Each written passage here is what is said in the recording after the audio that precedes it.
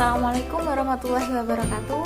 Kembali lagi dengan saya Dianisa Isafira, NIM E 2019-3174. Nah, di sini saya akan menanggapi video dari Bapak Abdul Wadud Nafis, LC/MEI, selaku dosen pembimbing mata kuliah Ekonomi Makro Islam. Dalam videonya yang berjudul Ekonomi Tertutup dengan Kebijakan Pemerintah, atau disebut juga dengan ekonomi tiga sektor. Nah, apa sih itu ekonomi tiga sektor? Ekonomi tiga sektor adalah perekonomian yang meliputi kegiatan dalam sektor perusahaan, rumah tangga, dan pemerintah. Nah, dalam siklus perekonomian tiga sektor ini terdapat perusahaan, rumah tangga, dan pemerintah, di mana perusahaan itu mengeluarkan pendapatan kepada pemerintah dan rumah tangga. Nah, pengeluaran perusahaan kepada pemerintah itu berupa pajak. Misalnya itu pajak perusahaan, pajak penghasilan, dan lain sebagainya. Nah, pengeluaran pada rumah tangga itu berupa gaji, upah, sewa, dan bunga. Nah, karena itu rumah tangga bekerja kepada perusahaan sehingga perusahaan membayar upah. Nah, perusahaan itu juga menerima pendapatan dari pemerintah dan rumah tangga, di mana pemerintah dan rumah tangga itu melakukan pembelanjaan kepada perusahaan. Nah, untuk selanjutnya yaitu pemerintah itu mengeluarkan pendapatan kepada perusahaan dan rumah tangga, di mana perusahaan itu mengeluarkan pengeluaran kepada perusahaan untuk membeli barang, misalnya itu kertas, ballpoint, tinta, dan lain sebagainya. Nah, sedangkan pengeluaran rumah tangga berupa gaji, itu karena rumah tangga itu telah bekerja pada pemerintah. Nah, untuk selanjutnya itu ada pemerintah itu menerima pendapatan dari perusahaan dan rumah tangga, itu berupa pajak itu tadi. Nah, rumah tangga itu mengeluarkan pendapatan kepada pemerintah dan perusahaan, di mana itu pengeluaran rumah tangga kepada pemerintah itu untuk membayar pajak perseorangan kepada pemerintah berupa pajak bumi bangunan, pajak penghasilan, dan lain sebagainya. Kemudian rumah tangga itu mengeluarkan pendapatan kepada perusahaan itu untuk konsumsi rumah tangga. Nah, selanjutnya yaitu rumah tangga itu juga menerima pendapatan dari pemerintah dan perusahaan. Rumah tangga memperoleh gaji dan upah dari pemerintah itu karena rumah tangga bekerja pada pemerintah.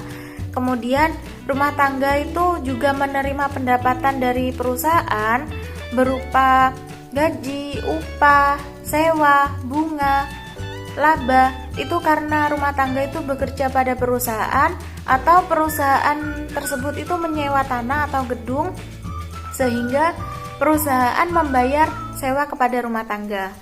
Untuk selanjutnya dalam ekonomi tiga sektor itu ada campur tangan dengan pemerintah yang menimbulkan dua perubahan penting. Nah, yang pertama itu ada pungutan pajak yang dilakukan oleh pemerintah atau T, itu menambah pengeluaran agregat atau AE pada industri dan rumah tangga. Kemudian yang kedua itu pajak memungkinkan pemerintah melakukan pembelanjaan, dan ini akan menaikkan pembelanjaan agregat. Nah, selanjutnya yaitu aliran baru dalam sirkulasi aliran pendapatan. Yang pertama itu pembayaran pajak oleh rumah tangga dan perusahaan kepada pemerintah, sehingga pemerintah itu menerima pendapatan. Kemudian pengeluaran pemerintah ke sektor perusahaan, karena adanya pembelian barang dan jasa yang diproduksi perusahaan itu tadi, sehingga pemerintah melakukan pengeluaran. Nah, kemudian aliran pendapatan dan sektor pemerintah ke rumah tangga dan industri. Ini terjadi karena adanya pembayaran atas penggunaan faktor-faktor produksi rumah tangga dan industri oleh pemerintah. Nah, untuk selanjutnya yaitu pendapatan yang diterima oleh rumah tangga akan digunakan untuk tiga tujuan, yaitu yang pertama itu untuk ditabung, yang kedua membayar pajak, dan yang ketiga itu untuk biaya konsumsi. Nah, selanjutnya yaitu ada syarat keseimbangan. Penawaran agregat itu sama dengan agregat demand.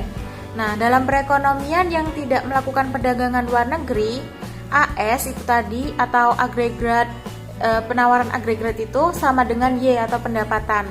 Sehingga pada keseimbangan pendapatan nasional itu berlaku persamaan C plus I plus G sama dengan C plus S plus T. Apabila C pada tiap ruas dikurangi, maka berlaku I plus G sama dengan S plus T, di mana I plus G itu adalah suntikan atau pendapatan, S plus T itu adalah bocoran atau yang dikeluarkan. Nah, untuk selanjutnya yaitu pajak langsung dan tidak langsung. Pajak langsung itu merupakan jenis pungutan pemerintah yang secara langsung itu dikumpulkan dari pihak yang wajib membayar pajak. Kemudian ada yang kedua itu ada pajak tak langsung.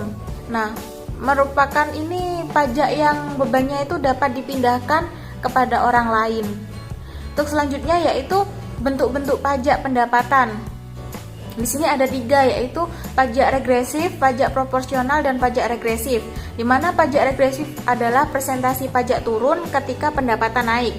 Nah, yang kedua ada pajak proporsional, di mana presentasi pajak itu tetap untuk berapapun tingkat pendapatan. Terus yang ketiga itu ada pajak regresif, yaitu presentasi pajak naik ketika pendapatan itu juga naik. Nah, untuk selanjutnya yaitu efek pajak terhadap konsumsi dan tabungan pajak. Itu akan menurunkan YD atau pendapatan disposable sejumlah T. Nah, jadi itu YD sama dengan Y dikurangi T. Karena YD turun, maka konsumsi dan tabungan juga turun.